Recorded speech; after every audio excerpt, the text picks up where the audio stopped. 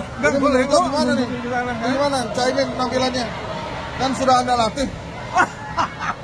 Ini jangan.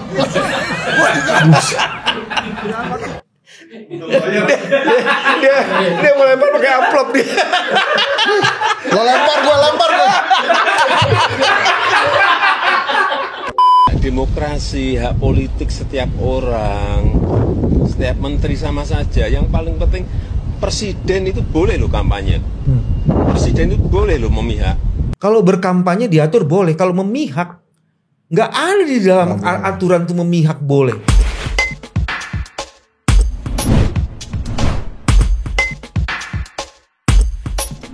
Bismillahirrahmanirrahim. Assalamualaikum warahmatullahi wabarakatuh.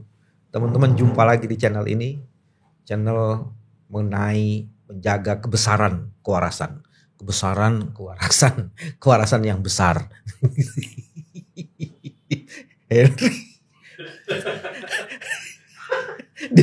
Dia masih shock kemarin. Gua tampol dia. Blow on nego tuh gue mau masih datang. Gila lu main gampar-gampar aja. Itu ini bagus. Ya gue keluarin hasil visum. Gue berdarah-darah. Ada lebam di Henry. Gila aja. Coba lu cerita dong, pengakuan dong. Maksud gue yang pelaku yang cerita. Ya gue nggak tahu, tiba-tiba lu gampar gue sampai gue terpelanting. Korban yang harus cerita dong. Ya ini alat buktinya nih. Kita nonton aja. Nah itu kita lihat. Kalau gue manusia baik-baik tuh lihat. Lagi nanya reportase. Kawan pendukung. Ini dong. Ini menurut lo gimana nih? Gimana Caimin tampilannya? Kan sudah Anda latih. Ini jangan. Tahu nggak itu ada lagunya loh? Apa tuh lagunya? Lihatlah tanda merah di pipi, bekas gambar tanganmu. Sering kau lakukan bila kau muak pada pemerintahan. Pulangkan saja. Dia mau niru Pak Mahfud pada ibumu. Ibuku atau ayahku udah meninggal. Ya, lu ikut Pak Mahfud. Sebentar, kita berdoa untuk bokap gue nih, Iwan Trikarso bin Mas Kabul Al-Fatihah.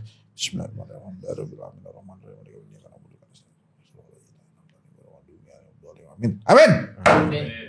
Lu jangan keras gitu. Itu ya pemirsa ya. Tar dulu.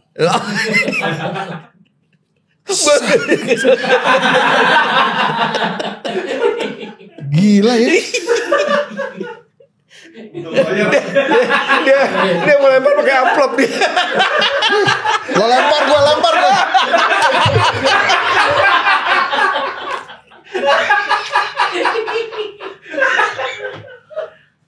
Henry kacau Henry. buat biaya visum. Aduh. Ampun. Ya Allah. Ini kenapa nih? Lu masih inget nggak kenapa ada kejadian itu? Ya gue malah tahu. Gue cuma nanya itu Caimin udah dilatih belum? Kan kebanyakan selepet ya. Lo selepet gue. Itu Sekjen Habib sampai kagak ada tuh ngacir. Dia gak mau jadi saksi pasti. Ya Allah. Teman-teman, ini kejadian di debat hari Minggu kemarin. Saya tiba-tiba dicegah dan dicekal Henry untuk membuat pernyataan-pernyataan yang tidak perlu. Itu sebabnya saya memberontak dan itulah cara pemberontakan saya. Coba sekarang pembelaan dari lo apa? Ya gue gak nyangka aja ya ada pendukung paslon yang kayak gitu. Tapi ya lu kayaknya lu suka cita menerima itu. Ya kata siapa? lu masih mau datang ke sini lo lu nggak tahu ya, abis kayak gitu tuh ambulan datang. Kacau. Aduh, tapi kan itulah, ini kita persahabatan kita sebetulnya. Jadi segitu-segitu nggak ada artinya lah dibandingkan kekagetan kita terhadap pernyataan presiden ya. Yus, kalau ini kekerasan fisik karena kita persahabatan, jadi kayak bilang lo bahasanya. Ya. Jadi lo kalau misalnya ntar lo lagi jalan tiba-tiba gue selengkat persahabatan. Persahabatan. Jadi kalau usah marah, jangan visum-visum. Anda itu sampai jadi korban kekerasan. Gini ya pemirsa ya, waktu gue lapor itu, ini menurut gue di jenis kekerasan dari yang subscribernya banyak kan ke subscriber yang masih kecil. Jadi seolah-olah tuh kalau subscribernya gede gitu ya, dia bisa ngegampar-gampar subscriber yang masih. Ada lagi kekerasan yang lebih Gue dahsyat sekarang sekarang. 15.000 loh. Iya keren. Makasih ya. Terus subscribe ya. Kita gempur nih Pak BW nih. Kita tembus 1 juta lah. Gimana? Ini ada kekerasan yang lebih dahsyat. Kita mulai nih sekarang. Iya. Mulai nih. Pernyataan. Jadi misalnya tadi kita salaman dulu dong. Udah beres ya. Udah. Mantap. Udah tenang Pak. Udah Pak mulai sekarang. Ada kekerasan yang lebih dahsyat lagi. Ini kekerasan politik. Kalau seorang presiden yang juga kepala negara menyatakan bahwa saya mempunyai hak kampanye dan hak berpihak. Kalau kampanye aja sih nggak jadi soal bos. Cuman kalau dia bilang berpihak, padahal dia kepala negara, kepala pemerintahan, dia juga membawahi kepolisian dan aparat keamanan. Dia juga tempat di mana dia menerima pertanggungjawaban KPU. Ini sebentar lagi mau pilpres. Ini gimana nih? Kekerasan politik nih kalau menurut gua. Ini saya punya beberapa catatan ya Pak BW ya. Ini sebagai seorang ahli komunikasi politik nih. Oke. Yang pertama, kita terlalu jauh mengambil kesimpulan. Presiden itu hanya bilang bahwa presiden boleh berkampanye, boleh berpihak. Tapi dia tidak pernah mengatakan bahwa dia berpihak dan dia akan kampanye. Jadi itu kesimpulan yang terlalu dini sih. Walaupun menurut gue itu sudah merupakan, ini catatan kedua saya, itu merupakan sebuah kejujuran dari Pak Jokowi. Karena kan selama ini dia bilang dia netral. Akhirnya dia ngomong gitu juga. Jadi kalau buat gue sih itu kejujuran yang gue gak kaget karena kan anaknya ikutan. Dia kan boleh dong bertindak sebagai bapaknya Gibran. Gitu. Jadi walaupun dia belum bilang bahwa dia akan berkampanye dan boleh memihak. Memang kan kita sudah melihat, nih catatan ketiga, dia ini lebih lincah ketimbang Prabowo Gibran untuk berkampanye. Jadi keliling-keliling Indonesia, ya sambil bagi bansos dan lain-lain. Jadi kalau sekarang angkanya stagnan di 46, 47, 48, itu menurut gue itu karena Jokowi. Jadi bukan karena Prabowo Gibran. Dan kalaupun itu ada Prabowo, pasti suara Prabowo lebih gede dari Gibran. Jadi kalau di Prabowo Gibran kesimpulannya, Gibran itu tidak menyumbang signifikan elektabilitas.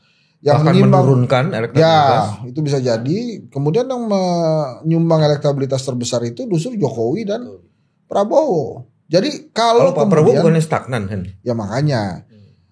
Kalau kemudian, ya kan Prabowo sekarang punya semua ya. Dia punya Jokowi, dia punya mesin yang banyak, logistiknya wow katanya. Itu artinya. Ada satu dia yang nggak punya. Apa? Kekuatan organik yang berasal dari kesadaran dan kemauan sendiri. Itu dia nggak punya. Makanya dengan kekuatan yang dia punya, belum 50% persatu, itu justru mengejutkan gue. Jadi gue mau merunut-runut ya, ini persepsinya Hensat nih. Kenapa kemudian sampai Jokowi akhirnya mengatakan presiden boleh berkampanye dan boleh berpihak, selain pertanyaan dari wartawan, kenapa banyak menteri-menteri aktif kemarin? Gue akan mengawali dengan pertemuan antara Pak Jokowi dengan Prabowo yang fotonya di spill itu. Itu yang pasca 2019 tuh ya? Oh bukan, kemarin makan kemarin. Oh makan ya. Makan kemarin. Itu gue ngebayang ya. Wow, ini gimana nih? Katanya bisa 1 putaran, tapi sampai hari ini belum 50% persatu nih. Wah Prabowo kan digituin sama presiden kan? Jawaban bukan begitu Wi. Nggak gitu, ya ini jawab begitu tuh. Bukan gitu Wi. Kalau gue mah udah all out nih. Erlangga tuh. Yang nggak mau all out kelihatannya. Lagian Pak Jokowi juga sih nggak mau turun gitu. Mungkin. Oh gitu, jadi Erlangga nih kata Pak Jokowi kan. Tapi semuanya loh. Ya itu makanya akhirnya dipanggil juga Erlangga kan. Panggil. Lu gimana sih? Nggak bisa 50% lo. Panggilnya gimana? Ya bukan gue kata Erlangga gitu kan. Ah iya itu. Gue udah siap. Itu Julhas tuh. Julhas. Tapi Julhas kan di mana-mana ngomong bansos. Iya makanya Julhas tuh yang nggak all out tuh. Oh gitu. Tapi bapak juga sih, bapak nggak mau turun. Gitu. Mungkin. Panggil Julhas. Anda ini gimana? Udah saya jadiin Menteri Perdagangan telat. Walaupun ujung-ujung saya jadiin juga. Gimana? Ini kan 50% persatu. Wah pak. Mau saya pak itu aja pak. begitu disebut AHY Pak Jokowi, aduh, jangan sebut-sebut AHY lah. Mau panggil juga dong AHY. Oh jangan, ntar bapaknya yang datang. Nah, nanti saya turun deh, kurang lebih begitu. Nah, kemudian dia. Tapi semuanya itu kan imajinasi lo kan. Iya, imajinasi sampai akhirnya. Ini gara-gara dua hal menurut gua. Satu, belum 50% plus satu, belum bisa menembus satu putaran. Dan banyak yang meyakini ini udah stop di sini. Di 46-47. Kemarin angkanya Burhan 48 tapi sempat 47 juga tuh. Jadi kemungkinan angkanya Prabowo Gibran itu di 46. Susah naik lagi, padahal tinggal nambah 4%. Kemudian yang kedua yang menyebabkan dia bicara itu karena penampilan buruk anaknya pada saat debat cawapres itu. Makanya dia gundah gulana. Itu kan banyak ya, bukan tentang gimmick lah, tentang substansi juga salah. Orang tambang ilegal kok dicabut iupnya tuh gimana ceritanya? Jadi banyak hal yang secara substansi dia gagal, gimmicknya juga gagal. Akhirnya Pak Jokowi pikir itu. Nah kan sekarang pertanyaan kita, kalau memang stuck 46%, mau nambah dari mana lagi? Sembako udah bergulir, tapi tetap 46. Ini mau nambah gimana lagi? Jadi ini akan diputar terus, makanya bisa yang nambah. Indikasi dan potensi kecurangan bisa nambah. Ya termasuk menurut gue mudah-mudahan tidak terjadi misalnya mobilisasi keluarga yang ada kaitannya dengan lembaga pemerintah seperti BUMN dan lain-lain mungkin ya. Bisa. Tapi menurut gue itu cuma 2-3%. Ya mungkin tambah kecurangan akhirnya. Independensi aparat penegak hukum. Nah itu dia. Sipil. Kenapa? Negara. Kan gue pernah bilang ya bahwa kalau gue sendiri itu yakin 2 putaran berdasarkan hasil survei termasuk survei kedai kopi. Walaupun saya tidak pernah mendapatkan atau belum mendapatkan alasan buat Jokowi untuk tidak memaksakan 1 putaran. Nah makanya menurut gue ini adalah usaha terakhir untuk 1 putaran. Kita pernah bahas kan mungkin juga nih Pak Jokowi akan cuti nih untuk mengkampanyekan ke Prabowo Gibran karena sudah terlanjur basah. Terlanjur basah sudahlah, itu lagunya gimana tuh ya? Terlanjur basah. Gitu kira-kira lah. Itu lagu-lagu ya gue kan merakyat. Gue lagu-lagu. Enggak lu niru-niru Pak Mahfud. Kenapa sih? Pak Mahfud kan kemarin lagi waktu itu nyanyi-nyanyi deh. Divisi pembacaan. Tapi nggak apa-apa sih kalau memang lo fansnya Pak Mahfud. Iya. Oh salah lagi itu nyanyinya. Gue sebagai fansnya Ebit kan gue hadir di TKP kan. Di mana salahnya? Nih, gini. Mungkin Tuhan mulai bosan melihat tingkah kita yang selalu salah dan bangga dengan dosa-dosa. Harusnya begitu. Pak Mahfud bilang. Atau alam mulai enggan bersahabat dengan kita. Coba kita bertanya pada rumput yang bergoyang. Harusnya begitu. Lalu Pak Mahfud nyanyinya belum sampai situ. Oh, bukan salah. Harusnya gue lanjutin. Tapi kalau yang saya lihat kalau pernyataan Pak Jokowi itu ada beberapa. Pertama begini. Ketika beliau menyatakan itu, orang tidak serta-merta percaya. Hah? Ini tidak serta-merta percaya. Karena selama ini kan ngomongnya beda-beda. Dulu netral. Sekarang berpihak. Ya. Emang nanti gak berubah lagi? Ya bisa aja. Itu kali aja dia lagi nyenengin Prabowo. Sebelah kanannya kan Prabowo tuh. Jadi semua pernyataannya itu belum tentu. Jadi maksud lo akan ada plot twist nih? Ya, bisa aja. Kalau plot twist Jokowi kemana? Balik lagi ke Ibu Mega? Bisa aja. Sebagai kemungkinan bisa aja dong. Di politik kan semua kemungkinan bisa terjadi. Satu itu. Terus kedua orang juga kemudian bertanya-tanya apakah ini, kedua nih tafsir kedua. Oh ini mengkonfirmasi apa yang sudah pernah dilakukan. Atau yang sering dilakukan. Dulu cawe-cawe. Oh ini bentuk cawe-cawenya. Jadi yang manipulatifnya itu yang netralnya. Jadi dia sedang melakukan konsistensi yang meloncat. Konsisten gak konsisten gitu-gitu loh. Ya, gue sih setuju tuh kalau ada plot twist ya karena kan memang Pak Jokowi kan terkenal sen kiri belok kanan tuh. Bisa aja kan sebelah kanan ada Pak Prabowo kemudian dia belok kiri balik lagi ke Ibu Mega kan. Bisa aja tuh begitu. Karena dia merasa wah ini kelihatannya Prabowo Gibran, wah ini anak gua kan nggak ada yang namanya mantan anak kan. Misalnya ini anak gua diatur-atur tapi kok kelihatannya nih susah menang nih. Udah coba kita lihat Ganjar Mahfud lah. Bisa juga begitu sih. Kalau ke Anies mungkin nggak ke Anies. Coba mungkin nggak Pak Jokowi tiba-tiba plot twist sebagai Anies. Sebagai sebuah kemungkinan bisa, tapi kan berapa persentasenya kan itu dong. Persentasenya pasti kecil kalau menurut gua. Tapi kalau tiba-tiba Pak Jokowi ke Anies, ini podcast bisa ngomongin Jokowi terus dong. Kok bisa begitu? Ya kan lo pasti mendukung Pak Jokowi juga. Oh.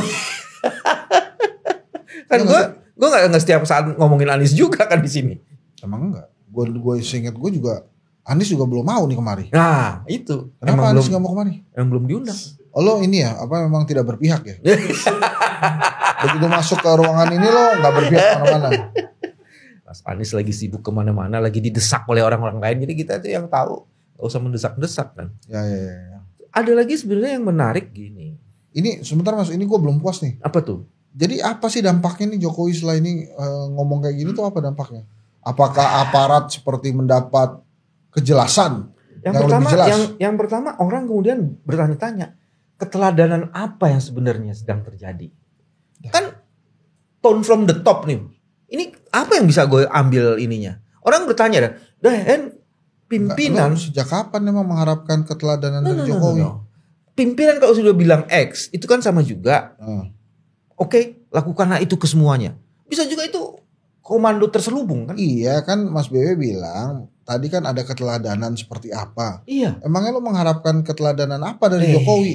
Kan kalau gue bilang keburukan salah dong. Enggak. Apa tuh? Lo mengharapkan apa? Ya, ini pemimpin yang tidak patut dicontoh misalnya kan bisa.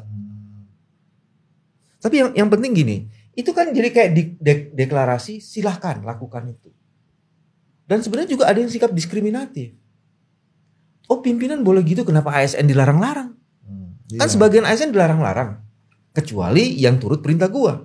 Kan mestinya harus dibebasin semua dong. Jadi ada diskriminasi itu di situ. Menurut gua 0103 nggak usah cengeng lah.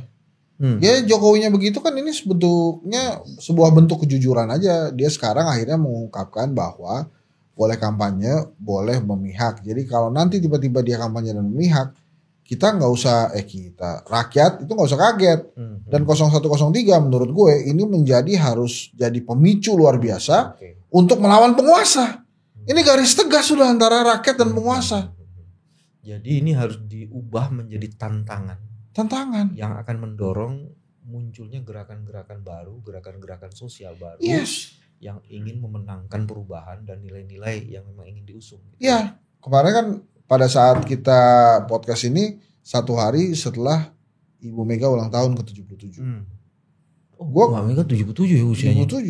Gue tuh kemarin kan gue diminta statement kan tentang Bu Mega sebagai pengamat politik terdepan tentunya kan. Maksudnya karena besarnya duduknya di depan, kalau enggak ya maksudnya karena di belakang sebagai pengamat politik terdepan mungkin dianggap bagus kalau gue ngasih komentar kan. Gitu.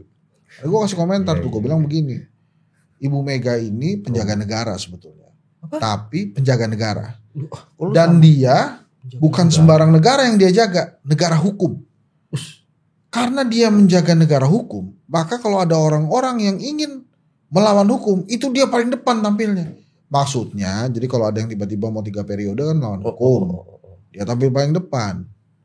Gitu. Jadi gua harus angkat topi dan angkat jempol untuk sekarang apa pernyataan lo waktu memberikan statement pada ulang tahunnya Bu Mega? Ya itu tadi gue bilang, gue menyampaikan 3 hal. Kesaksian. Satu tadi, Bu Mega itu penjaga negara hukum yang dia jaga. Jadi pada saat ada orang yang berusaha mengubah negara hukum ini menjadi negara kekuasaan, dia larang. Kalau ada yang mau minta 3 periode, itu melanggar hukum, nggak bisa. Nah, sebagai negara hukum, Bu Mega juga pengen negara hukum ini punya cita-cita. Makanya dia pasang ideologi di situ. Melalui PDI Perjuangan yang demokrasi.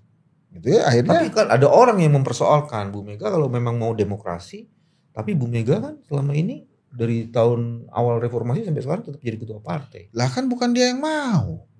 Oh jadi internal PDI Perjuangan dia memilih Ibu Mega terus-terusan sebagai ketum. Tapi kalau lo bilang tadi yang ketika ada orang petugas partai mau macam-macam sebagai penjaga dilarang, nggak boleh, kok itu nggak ngelarang? Dia langsung bilang nggak bisa, kalau udah 2 kali ya 2 kali. Iya. Hukumnya 2 kali ya 2 kali. Ya, cuman kenapa pada dirinya tuh Ibu Mega nggak melakukan itu? Karena nggak ada aturannya harus cuma 2 kali terpilih terus selesai sebagai ketua umum PDI Perjuangan. Karena tidak ada aturannya. Iya, di situ PDI Perjuangan itu kan dari bawah ke atas. Iya, karena ada aturan. Terus yang bikin aturan siapa ya? Ya orang-orang internal PDI Perjuangan. Tapi gue bilang sama Bu Mega, Gue mengharapkan dia bisa jadi tokoh rekonsiliasi lah. Maksud gue gitu, kalau Mbak Mega mengubah sedikit, oke, hari ini saya ingin menyiapkan kader saya menjadi pemimpin. Pam, naik bos. Kan udah Jokowi. Waduh, masa sih? Lah kan Jokowi jadi. Cuma petugas. Lo bayangin Bu Mega 2 kali loh men. Harusnya dia bisa, cuma dia Ya, menyalahkan ke Jokowi. Itu salah satu kehebatannya Mbak Mega. Terus yang kedua, harusnya dia bisa maksain Puan, akhirnya dia kasih ke Ganjar. Ya, itu luar Itu biasa. Bu Mega luar biasa. Nah, gue berikan itu, terus gue bilang ya kalau bisa dia jadi tokoh rekonsiliasi, ya terakhir gue doain semoga tetap ada langkah-langkah besar. Jadi itu gue kagum sama Bu Mega tuh. Langkah-langkah besar malu tuh langkah yang fundamental nggak? Fundamental kalau menurut gue. Jadi apa misalnya? Apa misalnya? Ya apa misalnya? Besar dan fundamental. Apa misalnya? Dalam situasi yang kritikal di tahun politik ini, apa misalnya? Pemakzulan misalnya. Pemakzulan. Dia perintahkan kader PDI Perjuangan untuk menginisiasi DPR yang lain untuk meneruskan ini, menurut gue bisa jadi. Ini ada pernyataan gini nih. Politikus PDIP akui ada bahasan opsi menteri mundur. Nah ini menarik jawabannya. Iya. Jadi yang kemarin Masinton Pasaribu lakukan, wah itu it's a different thing. Kalau menurut gua kalau opsi menteri mundur ini pertimbangan dan perhitungannya banyak. Misalnya nih, gua nggak tahu ya gimana Bu Sri Mulyani, but ya, emang lagi di Bintaro nih kita teman-teman di daerah selatan, ya, ngomong pindah-pindah begitu, kan lihat mic-nya beda kan, nih mic tanda Bintaro nih begini. Jadi kan ada isu Menteri Keuangan Sri Mulyani itu mau mengundurkan diri. Sudah menyatakan keluh kesahnya juga. Terus dia nggak jadi. Gue setuju.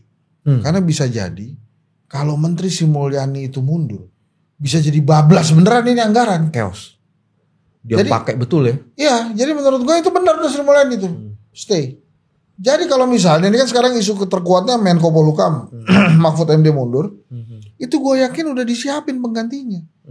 Dan apakah penggantinya itu akan lebih baik dari Pak Mahfud? Gue yakin dalam situasional politik seperti saat ini, penggantinya Mahfud akan memenangkan jagoan Jokowi. Iya. Kalau menteri ada siapa lagi menteri mundur lagi? Misalnya Siti Nurbaya mundur, ya akan diisi dengan orangnya Jokowi yang membela Jokowi dengan pilihannya. Siapa lagi yang mau mundur? Pasti akan begitu terus. Jadi mundurnya setelah tanggal 14 Februari maksud lu? Kalau menurut gue mereka seharusnya udah stay aja sampai selesai. Oh gitu. Tapi kan yang menarik nih Mas, ada satu konstelasi lagi.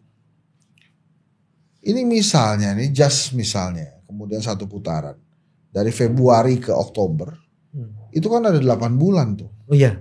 Nah itu pergerakannya Prabowo dengan Gibran tuh kan akan diperhatikan banget tuh sama Jokowi. Bener gak nih? Seorang Prabowo mau loyal ke gue. Jangan-jangan tadi udah menang nih macam-macam. Dan bukan hanya Prabowo, seluruh skondalnya Prabowo juga kan? Ya, betul. Mas termasuk masih gak? Jangan-jangan masih ada katanya. Dia sih kalau gue tanya yang sensitif ya, ketawa Pul. Terus gue harus gimana? Gue ngeliat muka aja gue udah ketawa. Dia gak bisa jawab. Dia ketawa aja. Inilah jawabanku. Bisa gitu dong.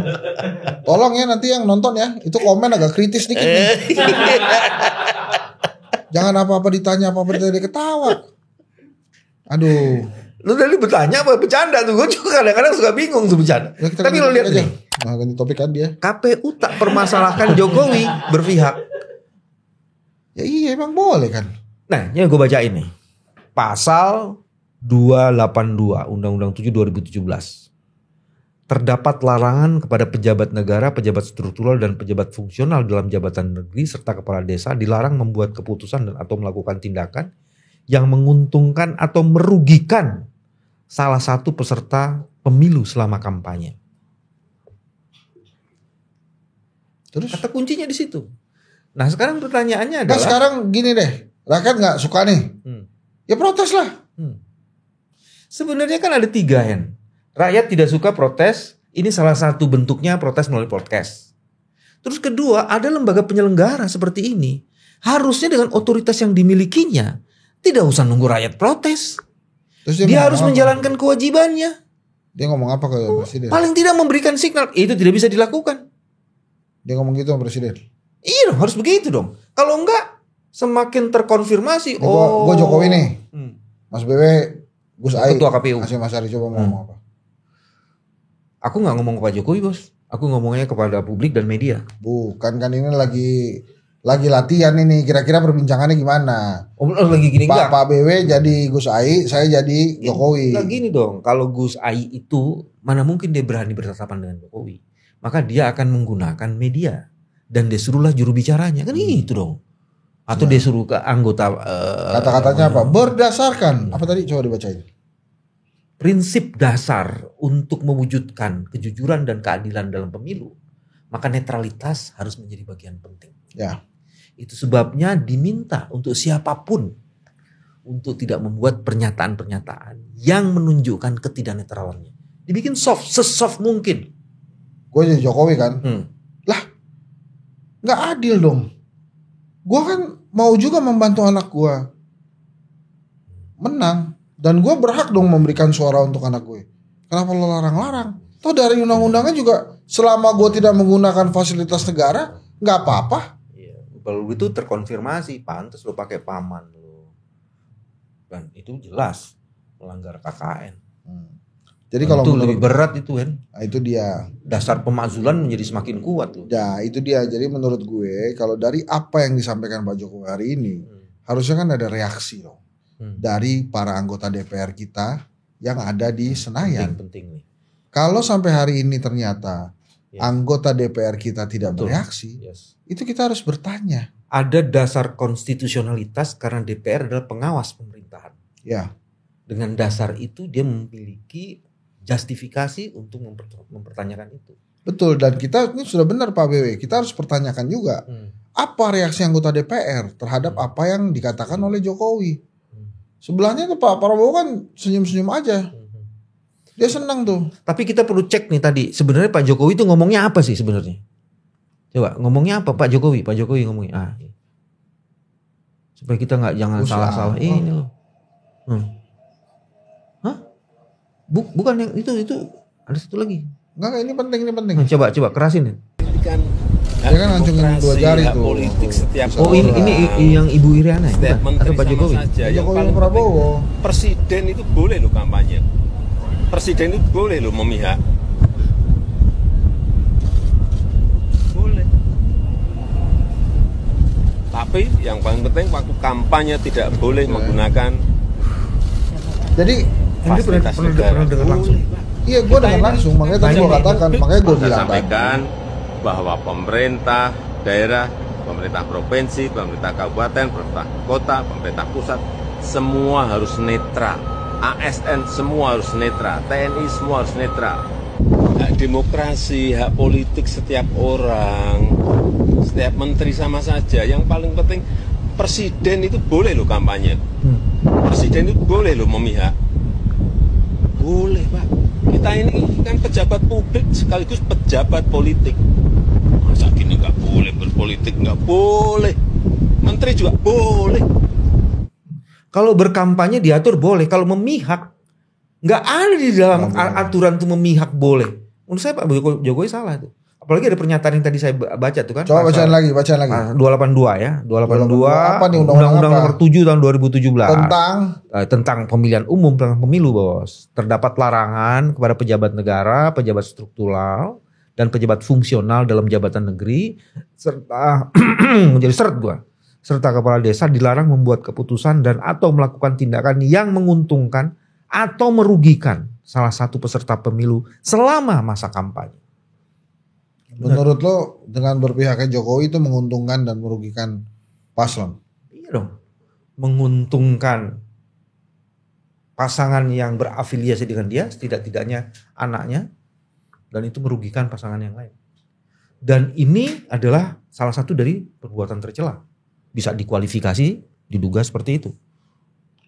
Ya, gue boleh gak sih? Ini agak nyerempet-nyerempet tepi jurang ya. Apaan sih? Jadi ntar kalau menurut jurang apa maksud lo? Menurut lo ini gak patut ya lo edit aja ya. Kenapa ya orang setelah tidak lagi bersama Jokowi, menurut gue jadi gitu. Andi Wijoyanto, Kiai Agil Siroj, bahkan mohon maaf Bu Mega gitu ya, terlihat lurus ideologis gitu. sebelum-sebelumnya kan memuja Jokowi itu kan, tapi ada juga yang masih belum lepas tuh ya.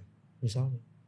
Ya PSI, terus sekarang Prabowo gitu-gitu. Tapi PSI itu juga di beberapa pernyataannya ya, itu memang kayak kesamaan. Dulu kan dia pernah menjuluki apa tuh Prabowo apa Jokowi apa tuh? Prabowo yang dijuluki ya. Prabowo dijuluki tukang bohong apa ya? Tukang bohong ya betul. Dapat ini. Atau Bohong sekarang luar. mendukung habis-habisan. Itulah makanya gini deh, kalau menurut gue ya, ini harusnya jadi sebuah momentum pergerakan yang lebih kuat dari 01 dan 03 minimal untuk mengagalkan rencana satu putaran. Kan kalau dari data survei kan nggak mungkin satu putaran. Oke. Tadi Mas BW juga mengatakan kalau sampai satu putaran ya mungkin ada kecurangan-kecurangan. Nah itu harus digagalkan dulu. Dan kita perlu persatuan Indonesia. Jadi rakyat Indonesia itu mesti bersatu. Ada inspirasi untuk itu, Hen?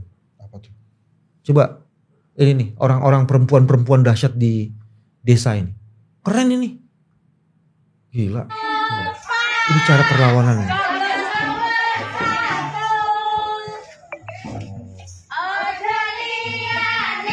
Ojo liyane la la la le la lo la la lo lo lo lo la la lo lo lo lo. Soalnya kemarin di debat undangan KPU Pak netral. La la lo lo lo lo.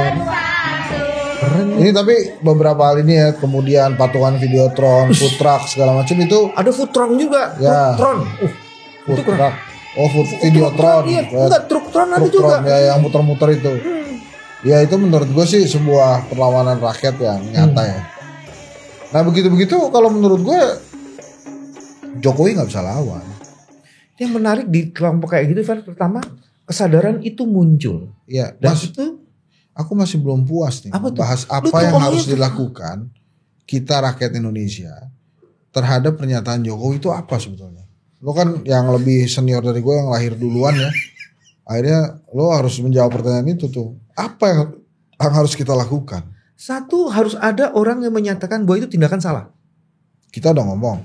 Itu udah ngomong. Di TV juga gue ngomong tadi. Lembaga-lembaga yang secara konstitusional itu harusnya berfungsi untuk mengawasi pemerintahan itu juga harus ngomong. Ya. Satu itu. Kalau sudah ngomong, ini kan ada teman-teman misalnya Perludem. Dia bukan hanya ngomong aja tapi ngomong buat pernyataan pers. Jadi ini harus disiarkan dan secara luas. Pertanyaan gue, tolong dijawab. Kenapa calon presiden, calon wakil presiden tidak ada yang keras menyikapi dan mengomentari pernyataan Jokowi? Gue lihat Mas Anies bicara, tapi itu sangat normatif. Biarkan rakyat menilai, ya Gibran banget. Lo gimana sih, gak diajarin apa? ini tidak ada yang nampol lagi. Anies, saya dengar sebelumnya Coba netral. nih kalau ya sekarang nih, ini kan sudah jelas ada penguasa yang sedang mengakali kita. Anda sebagai calon presiden berdiri tegas berbeda dong. Bicara lantang. Itu tidak benar Pak, tidak boleh, saya merasa dirugikan, gitulah. Bagusnya memang bicara tegas dan lantang.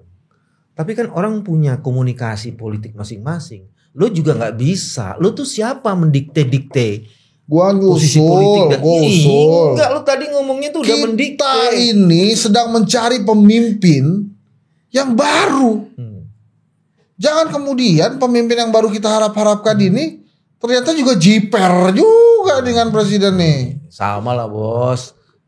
Berkomunikasi itu kan punya jenisnya, punya softnya, ada macam-macamnya kan. Lu juga kalau suruh ngadepin sesuatu itu kadang-kadang lu gak berani juga. Kan gue bukan paslon.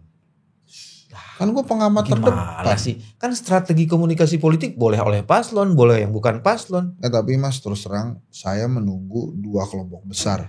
Kata-kata Bicara ini ini. jauh lebih bijaksana Ya. daripada Saya memaksakan menunggu- kehendak itu. Bukan memaksakan Oh, kehendak. Ini udahan belum sih nih? Saya merasa tertekan nih. Jadi yang pertama gue pengen dengar suara dari DPR. Itu setuju gua. Terhadap pernyataan Pak Jokowi. Yang kedua pernyataan dari yang merasa dirugikan. Siapa? Kontestan. Yes. Itu sudah dikemukakan. Saya belum dengar dari Pak Prabowo, saya belum dengar tuh. Dia merasa diuntungkan nggak gitu kan? Kalau nggak kan kalau nggak merasa diuntungkan, dia bisa ngomong juga dong. Ya dia kelihatannya sekarang juga lagi bingung. Ini menguntungkan apa tidak? Bukan, dia takut nih Pak Jokowi sen kanan sen kiri nih. Ntar beloknya kemana? Dia agak deg-degan juga. Iya. Karena dalam kehidupan ini nggak ada yang namanya mantan anak. Tapi mantan menteri, mantan anak buah tuh ada. Mantan ketua. Jadi maksud gue kalau tiba-tiba Pak Jokowi pindah, misalnya tiba-tiba dukung Ganjar balik gitu ya, Gibran tetap jadi anaknya. Terus tapi maksud lo Pak Prabowo di mana gitu? Iya, Prabowo bisa jadi ya udah balik lagi sebagai orang jangan suka menginsinuasi, nggak baik. Kan gue cuma ngomong doang. Boleh. Ini kok makin lama makin susah ya? Apa namanya podcast di sini tuh? Ini. Jokowi sebut presiden boleh memihak dan kampanye pengamat nggak usah cawe-cawe. Pengamat bilang nggak usah cawe-cawe. Tapi pernyataan dia tuh, gimana itu caranya presiden nggak pakai fasilitas negara? Ini katanya gue kenal nih bangsatnya yang ngomong nih. Hah? Siapa tuh yang ngomong? Ini gue nih. Oh bangsat yang ngomong? Bangsat lagi. Iya. Hengsat kok bang? Enggak itu bener loh, gue nanya. Lah tidak menggunakan fasilitas tidak menggunakan fasilitas negara. Ini betul. Buat presiden tuh gimana sih? Saya setuju. Ceritanya. Pada jabatan presiden itu melekat hak-hak protokoler. Ya. Kalau dia cuti, maka hak-hak itu tetap melekat. Ya. Dan itu adalah fasilitas negara. Jadi artinya itu pelanggaran banget itu terhadap netralitas. Iya makanya terus dia bilang asal tidak menggunakan fasilitas negara. Sulit bos. Mungkin Pak Prabowo yang di belakangnya tuh ya mungkin ya Pak Prabowo pakai mobil maung gitu loh. Itu tuh agak pret gitu kali ya ngomongnya. Mungkin ada di belakangnya tuh ngomong gimana sih tidak menggunakan fasilitas negara gini mas. Gimana tuh caranya? Misalnya nih, lo sebagai komisioner KPK yang belum diculik waktu itu. Nah terus lo berkampanye untuk calon pengganti lo. Dan lo bilang saya tidak menggunakan fasilitas sebagai komisioner KPK tuh gimana tuh? Ini lagi kan ini besar banget maksud gue. Dia makan aja dibiayai negara kan? Emangnya gimana sih maksudnya gue nggak ngerti nih. Tidak menggunakan fasilitas negara untuk kapasitas sebagai presiden itu menurut gue something yang susah gitu. Kewarasan lu terganggu kan? Iya makanya itu gue ngomong gitu tuh.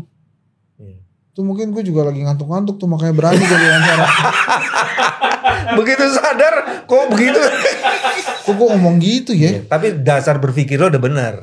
Ya. Lo begini aja, lo ngomong begini aja mikirnya luar biasa. Sekarang lo suruh calon ngomong. Aduh, ampun. Lah kan calon banyak yang belain. Artinya Kalau dia ditangkap kan pendukungnya pada belain. Makanya untung aja kita di Bintaro nih. Ya. Dia lagi. Ini nanti dia lagi melakukan penyesatan dia. Pemirsa nanti di menit ke-40 kita pindah ke daerah Bekasi. Menit 40. Ya. Bisa begitu kita nih.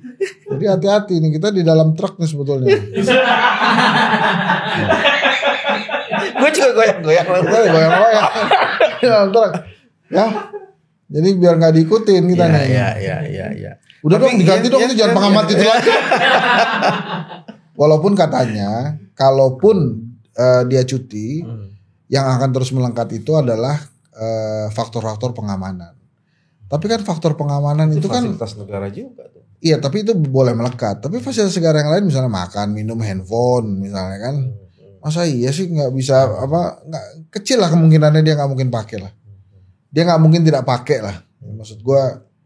Tapi dalam situasi kayak begitu pun, kalau di dalam korupsi itu ada yang namanya kan trading influence.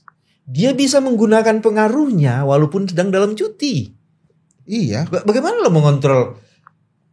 Orang kan masih melihat dia punya jabatan tertentu walaupun cuti. Iya. Dan dia bisa menggunakan pengaruh itu. Nah, itulah dia. Enggak kalau itu gue nggak mau baca ada itunya. Apa tuh? Lo aja yang baca. Siapa itu? Yang ngomong siapa? Banner. Oh, The Banner. Ini udah mulai muncul nih. Pamflet udah mulai muncul. Ini kan sebuah gerakan nih. Anda tidak berani membacanya kan? Enggak, itu nanti kan kita tampilkan, Hen. Ini kita akan tampilkan itu. Tampilkan tuh TNI, Polri, dan ASN harus jujur dan netral. Wah. Apa yang salah? Gak ada. Kenapa lo takut baca itu? Enggak, gue gak takut.